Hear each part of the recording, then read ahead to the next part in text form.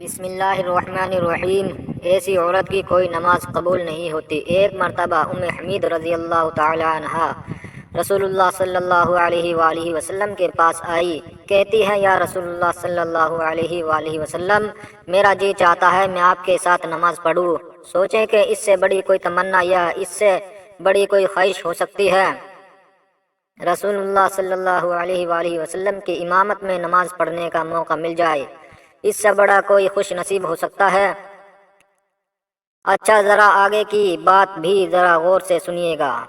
آپ صلی اللہ علیہ وآلہ وسلم نے فرمایا، میں جانتا ہوں کہ تم میرے ساتھ نماز پڑھنے کو پسند کرتی ہو، لیکن میں کیا کہنا چاہ رہا ہوں ذرا غور سے سننا۔ آپ صلی اللہ علیہ وآلہ وسلم نے فرمایا، جو تم اپنے دار میں یعنی گھر میں نماز پڑھو گی وہ کسی مسجد میں جا کے پڑھو گی تو اس سے بہتر ہے۔ آپ صلی اللہ علیہ وسلم نے فرمایا، چھپ کے عورت جو نماز پڑھے گی وہ سب سے بہتر نماز ہوگی۔ ام حمید رضی اللہ تعالی عنہ نے جب یہ بات سنی تو واپس چلی گئی۔ انہوں نے گھر کے کونے میں نماز کی جگہ مختص کی جہاں اندھیرا تھا، جہاں کسی کی نظر بھی نہیں پہنچتی تھی۔ رسول اللہ صلی اللہ علیہ وآلہ وسلم کی صحابیات پھر وہاں ہی نماز پڑھا کرتی یہاں تک کہ وہ اپنے رب کے پاس چلی گئی۔ محترم ناظرین، کیا آپ نے کبھی یہ بھی سوچا ہے کہ کوئی عورت گھر کے کام کاج کر کے، بچوں کو کھلا پلا کے، شوہر کی فرما برداری کر کے، جب اس کا تھکاوٹ سے برا حال ہو جائے، سردی کا موسم ہو، رضائی اور کمبل میں لیٹی ہوئی ہو، سردی سے تھر تھر کانپ رہی ہو، اور پھر اللہ کی پکار یعنی اذان کی آواز سن کر گرم لحاف اور گرم کمبل چھوڑ کر وہ عورت سخت سردی میں ٹھنڈے پانی سے وضو کرے، ٹھنڈے پانی اور سردی کی وجہ سے جسم کے رونگٹے کھڑے ہو جائیں، سردی سے جسم کانپ رہا ہو، سردی ایسی ہو کہ دانت بج رہے ہو، پھر بھی ایسی عورت اللہ کی رضا اور ثواب کی نیت سے وضو کرے اور پھر سردی کو برداشت کر کے نماز ادا کرے اور اس کی نماز ہی قبول نہ ہو، کیا ایسا بھی ہو سکتا ہے؟ جی بالکل ہو سکتا ہے، کیونکہ رسول اللہ صلی اللہ علیہ وآلہ وسلم نے یہ بات بھی بیان کی تھی کہ جو عورت جوان ہو جائے جب تک سر پر دوپٹہ نہیں ہے اس کی نماز نہیں ہوتی، اور آپ نے یہ بھی فرمایا جو اپنے بالوں کو نہیں ڈھانپتی اس کی نماز بھی قبول نہیں ہوتی۔ رسول اللہ صلی اللہ علیہ وآلہ وسلم نے فرما دیا، اگر کوئی عورت خوشبو لگا کے مسجد میں جاتی ہے اور اس کی خوشبو دور تک پہنچتی ہے تو جب تک یہ عورت غسل نہیں کر لیتی اس کی نماز قبول نہیں ہوتی۔ اس لیے فرمایا، اے عورتوں کی جماعت، تم میں سے کوئی مسجد میں جانا چاہے تو خوشبو لگا کے نہ جایا کرے۔ مشکات المصابیح کی روایت ہے، جب تک ایسی عورت غسل نہیں کر لیتی اس کی یہ نماز عبادت اللہ کے ہاں قابل قبول نہیں ہے۔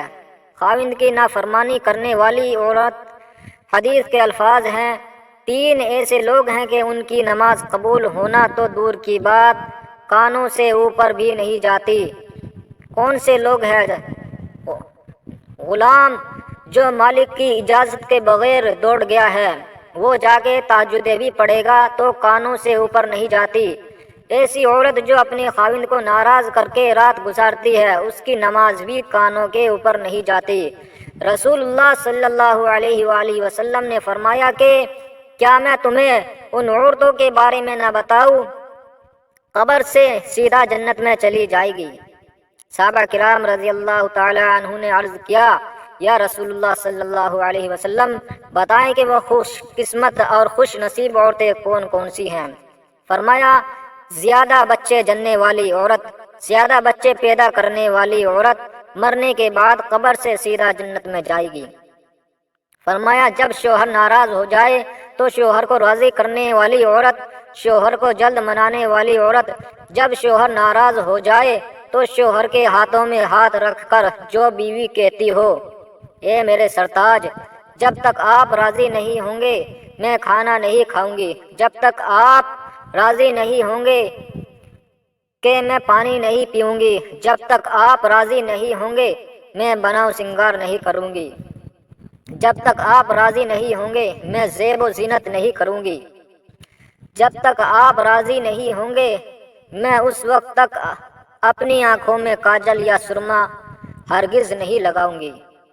وہ عورت جو اپنے شوہر کے ساتھ ٹوٹ کے محبت کرتی ہے، ٹوٹ کے پیار کرتی ہے، عشق کرتی ہے، اللہ اور اس کے رسول کی رضا کے لیے اپنے شوہر کی عزت کرتی ہے، ادب کرتی ہے، احترام کرتی ہے، شوہر کی کمیاں دوسری عورتوں کے سامنے بیان نہیں کرتی، ہمیشہ شوہر کی تعریف ہی بیان کرتی رہتی ہے۔ فرمایا وہ نمازی عورت، قرآن مجید پڑھنے والی عورت، شریعت پر پابندی سے عمل کرنے والی عورت جو مرنے کے بعد قبر سے سیدھا جنت میں چلی جائے گی۔ رسول اللہ صلی اللہ علیہ وآلہ وسلم نے فرمایا عورت اللہ تعالیٰ کی بہترین مخلوق میں سے ایک مخلوق ہے۔ مرد کے لیے یہ ایک خاص نعمت ہے، انسانیت کے لیے یہ عورت اللہ کا احسان بھی ہے۔ اسلام نے عورت کو ایک بلند مقام دیا، اسلام نے عورت کو سونے چاندی زیورات اور ریشم کے استعمال کی اجازت دی ہے تاکہ عورت ان چیزوں کی مدد سے اپنے حسن کو مزید بڑھا سکے۔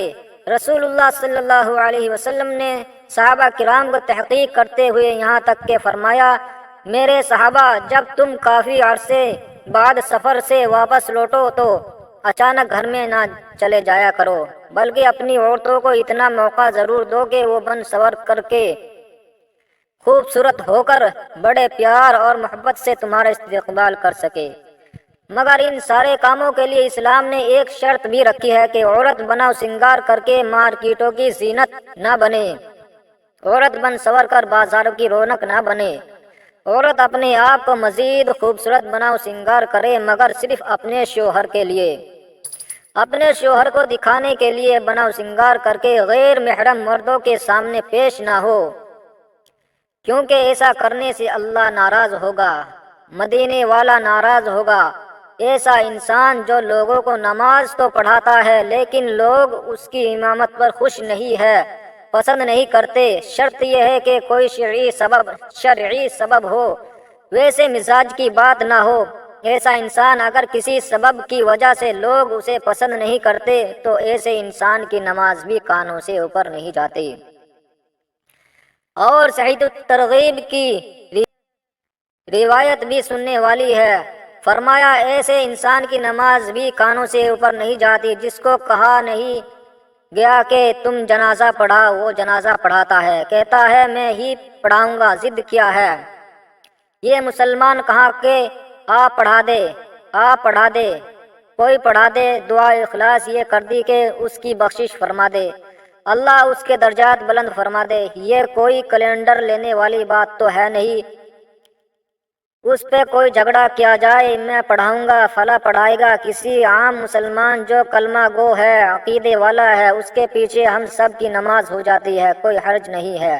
اگر علم والا بھی ہے یہ سوچے کہ نہیں ایسے نہیں، ایسے ہوگا تو پڑھوں گا، تو پھر علم کا رنگ تو نہ ہوا، نہ علم کا رنگ یہ ہے کہ میرا یہ پیارا بھائی پڑھائے گا میں اس کے پیچھے پڑھوں گا، میرا یہ پیارا بھائی پڑھائے گا یہ بھی مسلمان ہے میں اس کے پیچھے بھی پڑھوں گا، یہ دونوں مجھ سے ایک نہیں 10 گنا نہیں 100 گنا نیک ہوں، یہ تو میرا رب جانتا ہے، میں کیوں اس طرح اپنی سوچ بنائے بیٹھا ہوں کہ مجھ سے بڑا کوئی نیک نہیں۔ اللہ ذوالجلال نے ایسے نیک بندے دنیا میں رکھے ہیں، ہم نے کبھی ان سے ملاقات نہیں کی ہوگی۔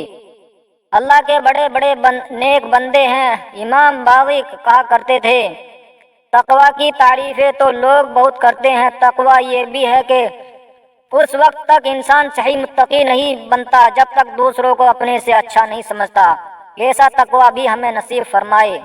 اللہ جل شانہ سب کو اپنی رحمت نصیب فرمائے اور سب کی عبادتیں قبول فرمائے، آمین یا رب العالمین۔ جانکاری اچھی لگی ہو تو اس جانکاری کو آگے شیئر ضرور کیجیے گا اور دین کے کاموں میں حصہ لیجیے گا۔ حافظ۔